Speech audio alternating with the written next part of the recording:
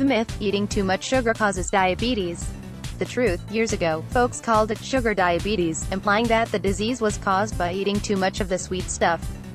Medical experts now know that diabetes is triggered by a combination of genetic and lifestyle factors. However, being overweight, which can result from indulging in high-calorie, sugary foods, does increase your risk for developing type 2 diabetes. If you have a history of diabetes in your family, eating a healthy meal plan and getting regular exercise are recommended to manage your weight. The myth, people with diabetes can't eat any sweets or chocolate. The truth, if part of a healthy meal plan, or combined with exercise, sweets and desserts can be eaten by people with diabetes. They are no more off-limits to people with diabetes than they are to people without diabetes. The myth, people with diabetes can only eat special diabetic foods. The truth, a healthy meal plan for people with diabetes is the same as that for everyone, low in fat, especially the saturated and trans fats found in butter, lard, full-fat dairy products and meats, and solid vegetable oils, moderate in salt and sugar, with meals based on whole grain foods, vegetables and fruit. Diabetic and dietetic versions of sugar-containing foods offer no special benefit. They still raise blood glucose levels, are usually more expensive and can also have a laxative effect if they contain sugar alcohols. The myth, all diabetics have to take insulin injections. The truth, injected insulin is usually only necessary for those with type 1 diabetes, in which the body no longer produces its own insulin. Those with type 2 generally have plenty of insulin, but their bodies don't respond well to it. Some people with type 2 diabetes, particularly if blood glucose levels are poorly controlled, do need diabetes pills or insulin shots to help their bodies use glucose for energy. However, most type 2 cases can be helped without medication, by losing weight, adopting a healthier diet, increasing exercise and other lifestyle changes. By the way, insulin cannot be taken as a pill, as the hormone would be broken down during digestion just like the protein in food.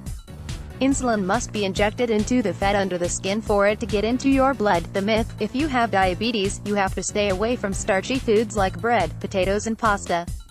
The truth, whole grain breads, cereals and pasta, brown rice and starchy vegetables such as potatoes, yams, peas and corn are part of a healthy meal plan and can be included in your meals and snacks. These foods, high in complex carbohydrates, are also a good source of fiber, which helps keep your gastrointestinal system running smoothly. The key is portion size. Most people with diabetes should limit themselves to 3 or 4 servings of complex carbohydrates a day. The myth, type 2 diabetes only affects blood sugar levels, decreasing your energy.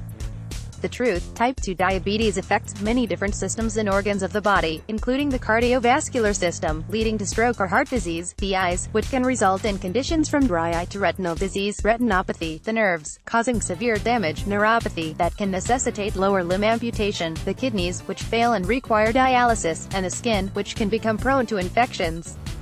Experts predict that, over the next 30 years, there will be 35 million heart attacks, 13 million strokes, 8 million new cases of blindness, 6 million kidney failures, 2 million amputations and 62 million deaths, all linked to diabetes. Learn more about many serious complications and how to cope with them. The myth, only adults can develop type 2 diabetes. The truth, diabetes is one of the most common, chronic diseases in school-aged children. About 1 in every 400 to 600 children has type 1 diabetes, which was used to be called juvenile diabetes, which is caused by disruption of the pancreas' ability to produce insulin. However, in recent years more and more children and teens have become overweight 10 to 15%, about double the number of 2 decades ago, and so increasing numbers of young people are being diagnosed with type 2 diabetes. According to several studies, since 1994, cases have increased from less than 5% to between 30 and 50%. 2 million of those aged 12 to 19, or 1 in 6 overweight adolescents, have pre-diabetes.